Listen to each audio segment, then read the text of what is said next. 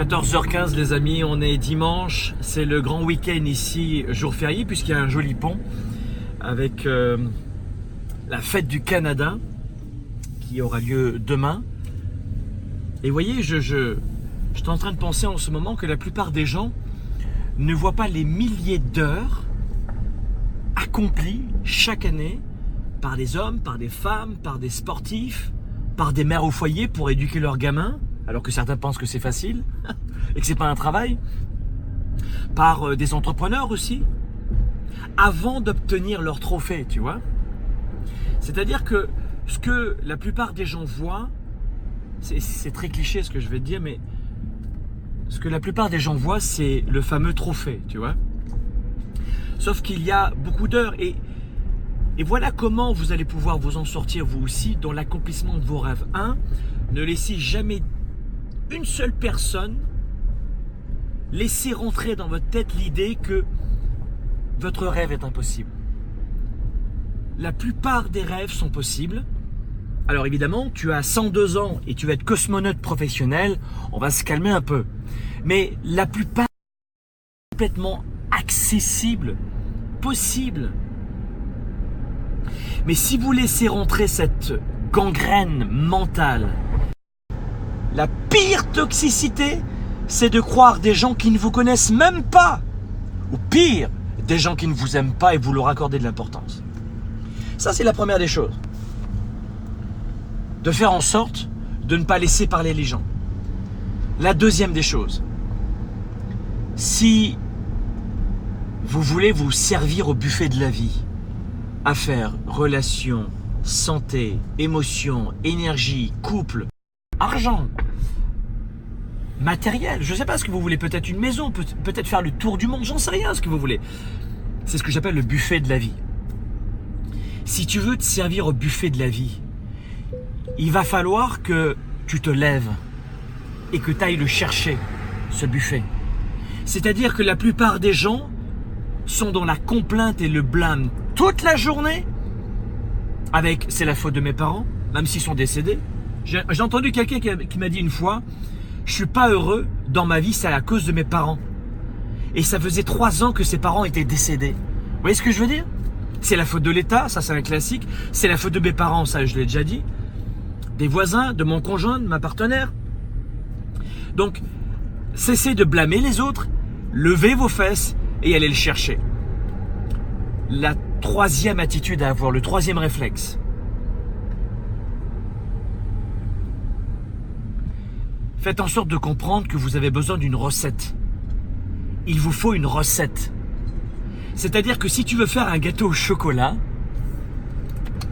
il va falloir que tu trouves la meilleure façon de faire un gâteau au chocolat pour demain soir et tu n'as pas le temps de réinventer une recette. Quels sont les ingrédients? À quelle température de cuisson? La durée de cuisson? Prends une recette. Vous savez, moi j'ai commencé à travailler, j'avais 11 ans. Je suis issu de la classe populaire, d'un quartier, d'un pays qui s'appelle la France.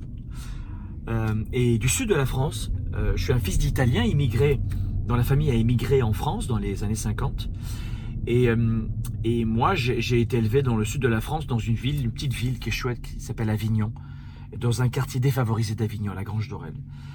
Et pour aider mes parents à gagner de l'argent, eh bien, j'ai rapidement compris qu'il fallait que je mette la main à la pâte. C'est pas mes parents qui l'ont demandé, c'est moi qui les proposais naturellement. J'en étais très fier. Et dès l'âge de 11 ans, le samedi, je faisais des vides-greniers, des vides-garages. Et le dimanche, je revendais ces vieilleries qui me rapportaient de l'argent, hein. Le dimanche matin, place des Carmes à Avignon, c'était un marché aux puces, tu vois, je mettais une couverture par terre. Et j'ai commencé à apprendre le développement du leadership, la psychologie, très simple, le développement personnel, les livres liés à la psychologie cognitive, dès l'âge de 13 ans. Alors, j'avais pas d'argent, j'allais à la bibliothèque pour louer des livres, tu vois. Et c'est comme ça que j'ai commencé à découvrir mes premières recettes. Et tu sais, ce qui a changé pour moi, c'est notamment de m'apercevoir qu'il y avait d'autres personnes qui avaient réussi, dont je lisais des biographies, et qui avaient une enfance bien plus difficile que la mienne. Alors à l'époque, il y avait plein de personnalités en Europe, en France, en Italie. Il y avait évidemment en France Bernard Tapie. Ça remonte à très très loin avant que ça dérape. Et donc finalement, j'ai lu des livres, des biographies qui m'ont fait du bien et qui m'ont laissé à penser une nouvelle perspective de ma vie qui était que ce n'est pas parce que j'étais né avec une cuillère en plastique dans la bouche, la mienne elle n'était pas en or, tu vois, que j'allais toute ma vie manger avec une cuillère en plastique. Mais j'ai rapidement compris, contrairement à mes amis à l'école, qu'il fallait que je mette de l'argent de côté. Voilà comment même à l'âge de l'adolescence, j'ai continué de travailler, j'ai fait plein de métiers, peu importe. Et voilà comment j'ai mis de l'argent de côté alors que mes copains à l'école allaient dépenser tout ça en nourriture, ils dépensaient tout ça, et j'en ai parlé à mon fils encore ce matin, ils dépensaient tout ça en alcool, en boîte de nuit plus tard, et moi je plaçais de côté. Donc j'avais pas évidemment une image de gamin, d'adolescent ou de jeune adulte très fun, sauf que à 28 ans, j'avais accumulé 1 million d'actifs sur mon compte en banque. Tu gagnes pas 1 million tout de suite, hein. Tu les accumules petit à petit. Mais à 28 ans, et encore j'aurais pu aller plus vite, et je veux pas dire ça pour vous impressionner, pas du tout, vous savez que c'est pas le style de la maison. Je veux vous inspirer, pas vous impressionner. Eh bien, j'avais 1 million. Et voilà comment, il y a une dizaine d'années, il y a l'un de mes anciens camarades de classe que j'avais complètement oublié, lui non, et avec qui j'ai communiqué et il m'a dit au téléphone, Franck, tu as tellement eu plus de chance que moi. Et je n'ai fait que plaisanter au téléphone avec lui, je n'ai pas insisté évidemment, et peut-être qu'il entendra cette vidéo, mais la vie n'est pas une question à 80% de chance mais de choix. On n'a pas le choix de se faire renverser par une voiture, d'avoir un cancer, de voir ses parents décédés. Et on va tous voir nos proches décédés, évidemment, petit à petit. C'est la loi de la nature. Mais on a le choix de la réaction. Il y a des gens qui ont un immense pépin de vie, un gros problème, et qui créent une association pour aider des gamins pour plus que des enfants souffrent dans le même domaine que le sien, par exemple. Qu'est-ce que vous allez faire de votre vie? Tic-tac, tic-tac. Et voilà pourquoi vous avez en numéro 3 besoin de recettes. Trouvez-les où vous voulez. Nous, on va se voir à la tournée 110 en novembre prochain. Le 2 novembre, Palais des Congrès. 2 novembre, on sera Parc des Expositions, Porte de Versailles à Paris, une après-midi entière. Et puis le 16 novembre, je reviens ici chez moi à Montréal. L'un des plus beaux coins du monde, c'est ici à Montréal, j'adore cette ville. Le Québec est extraordinaire, la gentillesse des gens, je me sens tellement bien ici. Et puis je serai donc le 16 novembre dans l'immense Palais des Congrès de Montréal, et c'est un samedi à chaque fois, comme ça tous les employés peuvent venir. Anyway, ce que je voulais surtout vous dire, c'est que il va falloir que vous changiez en numéro 4 aussi votre focus. Cessez de penser à tous les problèmes que vous avez toute la journée, tous les tracas, et regardez les opportunités qu'il y a autour de vous. Regardez les opportunités. Parce que toutes les personnes que vous connaissez ou que vous jalousez, la plupart d'entre elles ne sont pas des fils et des filles de milliardaires. Mes parents n'ont jamais gagné leur premier million. Donc ça veut dire que c'est à vous de voir des opportunités autour de vous, de gens qui peuvent vous inspirer, qui peuvent vous énergiser. Et achetez des recettes. Achetez des recettes. Il y a des recettes pour faire une équation 3e degré en mathématiques. Il y a des recettes pour réussir un bon gâteau au chocolat. Et il y a des recettes aussi pour créer avec succès une entreprise, pour réussir ses relations, pour avoir un couple épanoui. Il y a des recettes. Il y a des recettes. Enfin, autre conseil. Prenez vos recettes auprès de gens qui ont obtenu déjà des résultats avec leurs propres recettes. Ne vous amusez pas à suivre des milliards de personnes. Parce que vous allez suivre 27 000 mentors et au final, les idées, les conseils vont se juxtaposer ou vont même s'opposer. Tu dois prendre du brocoli? Non, des betteraves. Oh, je vais peut-être prendre des 2. Et au bout d'un moment, vous allez être complètement enfoui. Ce que je suis en train de vous dire, c'est que vous êtes inondé d'informations. Vous ne manquez pas d'informations. Avec Internet, aujourd'hui, on a absolument tout. À la bibliothèque, il y a des millions de livres qui t'attendent et tu peux les louer gratuitement. Donc, ce n'est pas un problème d'information. Vous n'avez pas un problème d'information. Vous avez un problème de méthode, d'axe et de direction. Suivez les bons conseils, adoptez les bonnes recettes et suivez les bonnes personnes. Et mon conseil, si tu veux perdre du poids, prends conseil, prends ta recette auprès de quelqu'un qui a déjà perdu du poids. Tu veux réussir à monter une entreprise, trouve quelqu'un qui a réussi à monter des entreprises. Vous comprenez ce que je veux dire? Dans les relations, c'est un cliché. Dans les relations, vous allez prendre conseil auprès de gens qui ne sont pas des experts en relations. Par exemple, vos amis. Est-ce que ton ami, auprès duquel ou de laquelle tu vas venir pleurer et demander conseil, et des fois il y a des couples qui sont en jeu comme ça, est-ce que ton ami est un expert en relations? Non, c'est juste mon ami. Mais c'est pas une experte. Vous comprenez ce que je veux dire? Comme le fait de gérer l'argent. Vous gérez votre argent probablement comme votre entourage, qui lui-même n'a pas d'argent. Ou comme vos parents, qui n'ont pas gagné leur premier million. Mais tu continues à garder la même façon, les mêmes principes de gérer ton argent. Quant à l'énergie, beaucoup de gens se disent « j'ai du mal à me lever le matin. Je suis fatigué après le lunch. J'ai du mal à me coucher le soir. » Il se pose aucune question, c'est comme ça, c'est pas autrement, je suis épuisé, j'ai besoin de vacances. L'autre, il travaille peut-être 30 heures, 40 heures par semaine, mais déjà, il est épuisé. Vous comprenez? Et vous êtes... Alors, je suis pas contre les gens qui sont très heureux dans leur vie. Cette vidéo, elle n'est pas du tout faite pour des gens qui sont parfaites, par des personnes qui ont absolument aucune demande, aucun besoin, et tout est formidable, et ils n'ont surtout pas besoin de progresser dans leur vie. Cette vidéo, elle est faite pour des gens qui ont un département, un domaine de leur vie qui ne fonctionne pas tout à fait, il y a un petit grain de sable et ils veulent l'enlever et ils sont prêts à aller le chercher.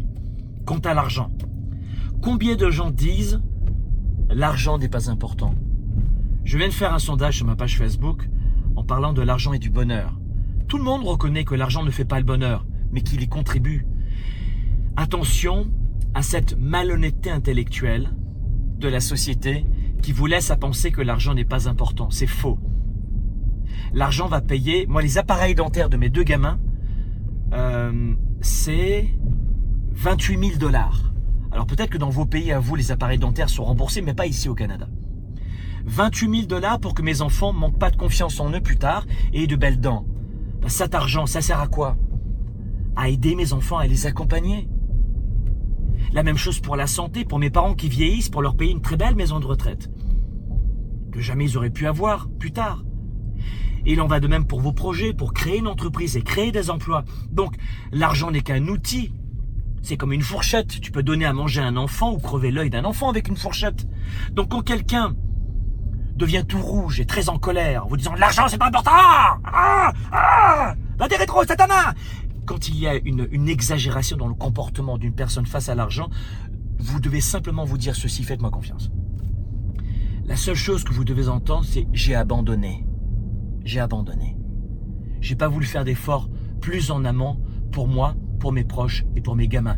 Et quand je rentre le soir à la maison, que mes gamins me demandent ce que j'ai fait dans la journée, à aucun moment j'oserais leur dire « papa, il n'a pas vraiment travaillé suffisamment pour amener de l'argent ».